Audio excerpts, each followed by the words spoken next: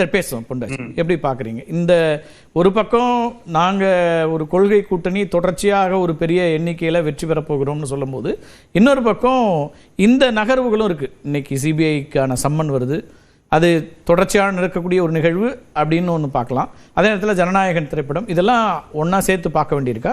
Doctor Suman சொல்கிறாரு there are possibilities, நகர்வுகள் இருந்து கொண்டு இருக்கின்றன, அது எப்படி வேணாலும் நடக்கலாம், அது இல்லைன்னு சொல்ல முடியாது அப்படிங்கிற இடத்துல பார்க்குறாரு. இன்றைக்கி வந்து பெர்செப்ஷன் வாரில் வந்து திமுக ஜெயிச்சிருக்கு. 50% கூட்டணி கட்சிகளை இணைத்து 50%க்கு மேலே வாக்கு வாங்கக்கூடிய வல்லமை பெற்ற கட்சியாக இன்றைக்கு கூட்டணியாக திமுக பெர்செப்ஷன் வாரில் வின் பண்ணிருச்சு. இது வந்து ஒரு நெகட்டிவ் வந்து திமுகவுக்கு மட்டும் இல்லை, கூட்டணிகளுக்குமே அதிருப்தி இருக்குங்கிறாரு. அப்போ எப்படி 50% வருமா? என்ன அதிருப்தி இருக்குது? அதிருப்தி எல்லாருக்கும் தான் இருக்குது. காங்கிரஸுக்கு அதிருப்தி இருக்குது, ஏடிஎம்கேக்கு அதிருப்தி இருக்குது, எல்லா கட்சிகளுக்கும் அதிருப்தி இருக்க தான் செய்யும். எல்லா கட்சிகளும் ஆட்சிக்கு வரணும்னு நினைப்பாங்க. ஆனால் எல்லா கூட்டணி சேர்ந்து ஒற்றுமையாக ஒரு இடத்துல நிற்கிறாங்க. அப்படிங்கிறப்ப நீங்கள் வந்து பெர்செப்ஷன் வாரில் யார் வின் பண்ணது அப்படின்னா, இந்த ஃபஸ்ட்டு பெர்செப்ஷன் வாரில் வின் பண்ணது திரு மு.க. ஸ்டாலின் அவர்கள் தலைமையிலான திமுக கூட்டணி. அப்போ அந்த கூட்டணி இப்போ என்ன ஆயிருக்கு அப்படின்னா, ஏற்கனவே 45% இருக்குது. இப்போ இவங்க தேமுதிக, மக்கள் நீதி மையம், ஓபிஎஸ் இவங்கெல்லாம் வந்த உடனே இந்த பெர்செப்ஷன் வாரில் 50% கிராஸ் பண்ணிட்டாங்க. கிராஸ் பண்ணியாச்சு அப்படின்னா 200 சீட்டு வாங்கிடும்ன்ற நம்பிக்கை வந்து திரு முதல்வர் வந்து நான் வெளிப்படுத்துகிறாரு. அதை இந்த பெர்செப்ஷன் வாரில் தோத்தது யார் அப்படின்னா ஏடிஎம்கே பிஜேபி கூட்டணி. அப்போ இவங்களுக்கு வந்து இப்போ வந்து ஃபேஸ் சேவிங் மெக்கானிசம் வேணும். அப்போ என்ன பண்ணுறது அப்படின்றதுனால தான் இன்றைக்கி விஜய்க்கு அழுத்தம் கொடுக்கப்படுகிறது. ஜனநாயகம் படத்தை அங்கே திரு டிடிவி தினகரன்லாம் உள்ளே வந்திருக்காரு, அன்புமணி இருக்காரு. அப்போ அங்கே போதுமான அளவுக்கு அங்கே பர்சன்டேஜ் இல்லைங்கிறீங்க. அன்புமணி ஃப்ராக்மெண்டட் பிரிஞ்சு வந்திருக்காரு, அன்புமணி மட்டும் இருக்காரு. மருத்துவர் ராமதாஸ் என்ன பண்ண போகிறான்னு தெரியல. அப்போ அந்த ஓட்டு 6% ஓட்டு அதில் பாதி தான் கிடைக்குது. இங்கே டிடிவி தனியாக போயிருக்காரு, அவர் கூட இருந்தவங்க எல்லோரும் வெளியே போயிட்டாங்க, டிடிவி தனியாக இருக்கார். அப்போ அந்த பலமும் இல்லை, ஓபிஎஸ் அங்கே இல்லை, அப்போ அந்த பலமும் இல்லை. அப்போ நீங்கள் எடுத்துக்கிட்டீங்க அப்படின்னா அண்ணாமலை எந்த அளவுக்கு கோஆப்ரேட் பண்ணுவார்னு தெரியாது, அது இப்படி ஓடிட்டுருக்கு. அப்போ இந்த சமயத்தில் நீங்கள் ஏடிஎம்கே 20% பாஜகவுடைய முன்னாள் தலைவர் இன்னைக்கும் பாஜகவுக்கு பரப்புரையில் இருக்கார் தானே. தொடர்ச்சியாக ஒவ்வொரு நாளும் திமுக ஆட்சிக்கு எதிரான ட்விட்டர் பதிவோ இல்லை பேட்டிகளோ கொடுத்து தானே இருக்காரு, ஆக்டிவாக இருக்காரு. ஆனால் ஒத்துழைக்கணும்ல. நயினா நாகேந்திரன், அண்ணாமலை இவங்கெல்லாம் 2 பேரும் சேர்ந்து ஒர்க் பண்ணுறாங்களா இல்லை ஒத்துழைக்கிறாங்களா? சொல்லுங்கள். அது நம்ம அதில் என்ன எனக்கு தெரியல. அவர் part and parcel of BJP. இன்னைக்கும் அவர் வந்து பிஜேபிக்காக தானே பேசிட்டு இருக்கிறாரு. ஆட்சிக்கு எதிரான ஒவ்வொரு நாள் முதல் குரல் அங்கிருந்து தானே வருது. தன் கேரியரவே தன் பிஜேபி தலைவராகவே இருக்கதே காலி பண்ணவர் எடப்பாடி. அப்போ அவர் ஜெயிப்பதற்கு இவர் எப்படி உதவுவார்?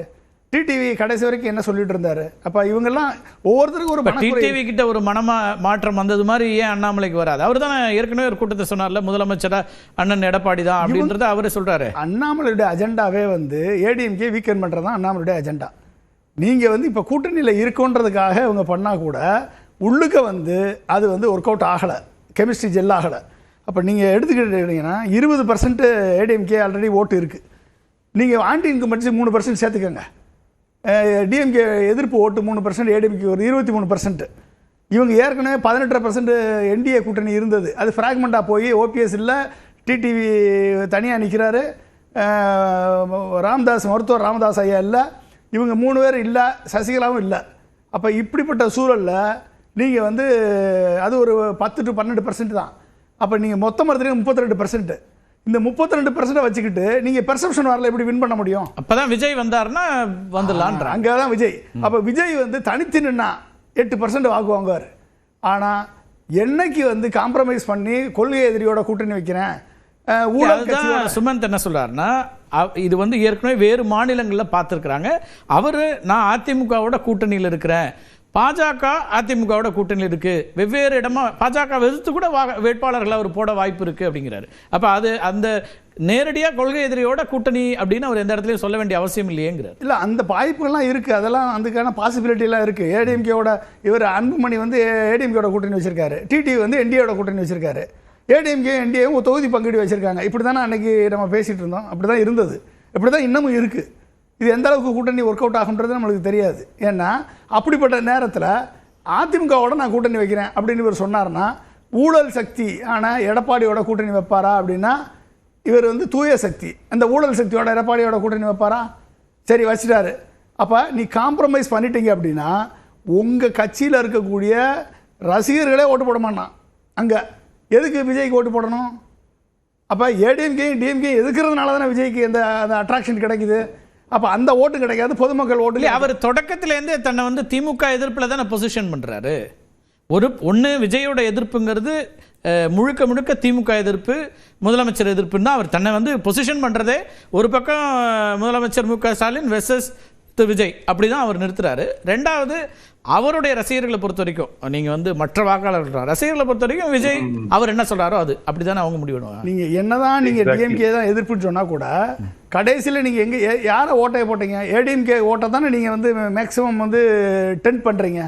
அப்போ ஏடிஎம்கே ஓட்டை நீங்கள் டென்ட் பண்ணும்போது திமுக எதிர்ப்பு வாக்கு அந்த எதிர்ப்பு வாக்கில் நீங்கள் அறுவடை பண்ணலான்னு நீங்கள் பார்க்குறீங்க. எம்ஜிஆர் பேரை சொல்லி, அண்ணா பேரை சொல்லி நீங்கள் வாங்கலான்னு நீங்கள் பார்க்குறீங்க. செங்கோட்டையனை நீங்கள் உங்கள் பக்கத்தில் சேர்த்து வச்சுருக்கீங்க. ஏடிஎம்கேலேருந்து விரட்டப்பட்டவர்களை உங்களோட பக்கம் சேர்த்து வச்சுருக்கீங்க. அப்போ என்ன அர்த்தம்? அதை ஒரிஜினா ஏடிஎம்கேயோட பேசினார், அதை ஒரிஜினா காங்கிரஸோட பேசினார், இப்போ அதை ஒரிஜினா பிஜேபியோட பேசுகிறாரு. அப்போ உங்களுக்கு கிரெடிபிலிட்டி எங்கே இருக்குது? அப்போ நீங்கள் யாரை எதிர்த்து நிற்கிறீங்க? அப்போ இந்த கிரெடிபிலிட்டி எதுக்காக உங்களுக்கு ஓட்டு போடுறான்? திமுகவை எதிர்க்கணும், அதிமுக எதிர்க்கிறவங்க தான் உங்களுக்கு ஓட்டு வருது. அப்போ அந்த வாக்குகள் என்ன ஆகும் அப்படின்னா அது அப்படியே சீமானுக்கு போகும். அந்த வாக்குகள் அந்த யூ லூஸ் த கிரெடிபிலிட்டி. அப்படியே வந்தாலும் 32% ஏடிஎம்கே பிஜேபி என்டிஏ கூட்டணி. நீங்க இதுல வந்து இல்ல இதுல வந்து விஜய்க்கு கிடைக்கிற 5% வாக்கு, இன்னைக்கு 5% வாக்கு அவருடைய ரசிகர்கள் வாக்கு இருக்கு, பொதுமக்கள் வாக்கு கிடைக்காது. ரெண்டு சேர்த்தா 37% வருது. நீங்க 40% கூட வச்சுக்கோங்க. ஏடிஎம்கே 40%, ஆல்ரெடி டிஎம்கே 50% நிக்குது. 90% அந்த 50%ல -5 கழிச்சுக்கோங்க. 48% ஏடிஎம்கே டிஎம்கேனா 175 சீட்டு உறுதி டிஎம்கேக்கு, 40% ஏடிஎம்கேக்குனா 70 சீட்டு உறுதி. இதுதாங்க கணக்கு. இந்த கணக்கை நீங்கள் மீறவே முடியாது. இதுதான் வந்து இவங்க என்னதான் தலையில் நின்னா கூட எக்ஸப்ட் இவங்க வந்து இவிஎம் பெர்செப்ஷனை கிரியேட் பண்ணி நாங்கள் 3 பேர் சேர்ந்துட்டோம், இந்த 3 பேர் சேர்ந்ததுனால நாங்கள் தான் ஜெயிப்போம், 170-80 சீட்டு கன்ஃபார்ம்னு சில பேர் சொல்கிறாங்கல்ல, அது மாதிரி 180 சீட்டு நாங்கள் வின் பண்ணிடுவோன்ற ஒரு பெர்செப்ஷனை கிரியேட் பண்ணி அதன் மூலமாக இவிஎம்ஐ மேனிப்புலேட் பண்ணி இவங்க ஜெயிச்சாலும் வழியா வேறு வாய்ப்பே கிடையாது. பெர்செப்ஷன் இண்டெக்ஸில் இன்னைக்கு ஜெயிச்சது திமுக. சரி, அந்த பெர்செப்ஷன் இண்டெக்ஸை உடைச்சு விஜயை உள்ள கொண்டு வந்து அடிமைப்படுத்தி பண்ணிடலான்னு பிஜேபி 2 பேருக்கு போனா முன்னாடி திரு சுமத் நீங்க குறுக்கிட விரும்புறீங்க. அவர் ஒரு எண்ணிக்கை சொல்றாரு, அவர் ஒரு % சொல்லுங்க. ஒரே ஒரு பாயிண்ட் இல்ல கடைசியில ஒன்னு சொல்றேன். இவிஎம் மேனிபுலேட் பண்ணி ஜெயிப்பாங்க. நீங்க இவிஎம் மேனிபுலேட் பண்ணுவாங்க அப்படின்னு காங்கிரஸ் குற்றச்சாட்டு வைக்கும் போது முதல்ல ஆதரிச்சவன் நான் தான். நான் சொன்னேன் ஆமா இது ஒரு நேர்மையான ஒரு விசாரணையை அளிக்கணும் அப்படின்ட்டு. தேர்தல் ஆணையம் அதற்கு எந்த விதமான ஒரு வெளிப்படைத்தன்மை இல்லாமல் செயல்பட்டு கொண்டிருக்கிறது. ஆனால் இவிஎம் மேனிபுலேட் பண்ணி தேர்தலில் ஒரு கட்சி வெற்றி பெற்றிருக்கிறது இதுவரை நிரூபிக்கப்படவில்லை எங்கேயுமே, இன்க்ளூடிங் காங்கிரஸ் வந்து எலக்ட்ரல் ரோல்ஸ்ல குளறுபடிகள் இருக்குன்னு நிரூபிச்சிருக்காங்க. ஆனால் இவிஎம் மாற்றப்பட்டோ மேனிபுலேட் செய்யப்பட்டோ ஒரு கட்சி ஜெயிச்சிருக்கிறது இதுவரைக்கும் நிரூபிக்கல. நான் சொல்ல வந்த பாயிண்ட் முடிச்சிடறேன். சொல்ல வந்த பாயிண்ட் விஜய் அந்த கூட்டம் எல்லாம் வருது இல்லையா, நீங்க விஜய் ரேலிஸ்ல வர்ற கூட்டம் திமுகவுக்கு வாக்களிக்க வேண்டாம், அண்ணா திமுகவுக்கு வாக்களிக்க வேண்டாம்னு வர்ற கூட்டமா? யாராவது அது அக்செப்ட் பண்ணுவாங்களா? விஜயுடைய தீவிர ரசிகர்கள், அவருக்கு 15%, அதான் நான் முதலே சொன்னேன், 15% ஓட்டு எடுக்கிறாருன்னா அதுல குறைஞ்சது 2/3 வந்து விஜய் ரசிகர்கள். அந்த ரசிகர்கள் ஓட்டு டிரான்ஸ்பர் ஆனா போருங்க, அவங்களுக்கு ஃபுல்லா 100க்கு 100 விஜய் வந்து இன்னைக்கு 18% 20% எடுக்கிறாரு, அதே 20% தான் எடுப்பாருன்னு யாருமே சொல்லல. அதுல பாதியான விஜயோட வாக்கு சதவீதம் குறைஞ்சிருக்குன்னு சொல்றீங்க, அவரோட ரசிகர்கள் அவரோட நிப்பாங்க, பப்ளிக் காமன் ஓட்டு வராதுங்கிறார் அவரு. அதுதான் அவரோட ஆர்குமெண்ட். ஏங்க டிஃபரன்ஸ் வந்து முன்னாடி மாதிரி ஒரு லோக்சபா எலெக்ஷன் மாதிரி 8% 10% கிடையாதுங்க. அவர் ஒரு கணக்குல 10% சொல்றாரு. 50% எப்ப வாங்குனாங்க சொல்லுங்க? 2024 50% வாங்குனாங்களா? 2024 சொல்றாரு சேர்த்து என்ன வாக்குகள்? இது தேமுதிக 5% ஓட்டா? விஜய் 18%. என்னங்க லாஜிக்? நீங்க டேட்டா எடுத்து பாருங்க. விஜய் என்னைக்கு வாங்குனாரு? 30%. ஒவ்வொரு சர்வேலையும் குறைந்தபட்சம் வாங்கிய வாக்குகள் சர்வே வேற, உங்களுக்கும் தெரியும். பர்சன்டேஜ் வேற. Correct. நம்ம பேசலாம். Correct. பேசலாம். பிரசாந்த் கிஷோர் 13% வாங்கினாரு எல்லா சர்வேலயும். Right. எலெக்ஷன்ல 3% வாங்கினாரு.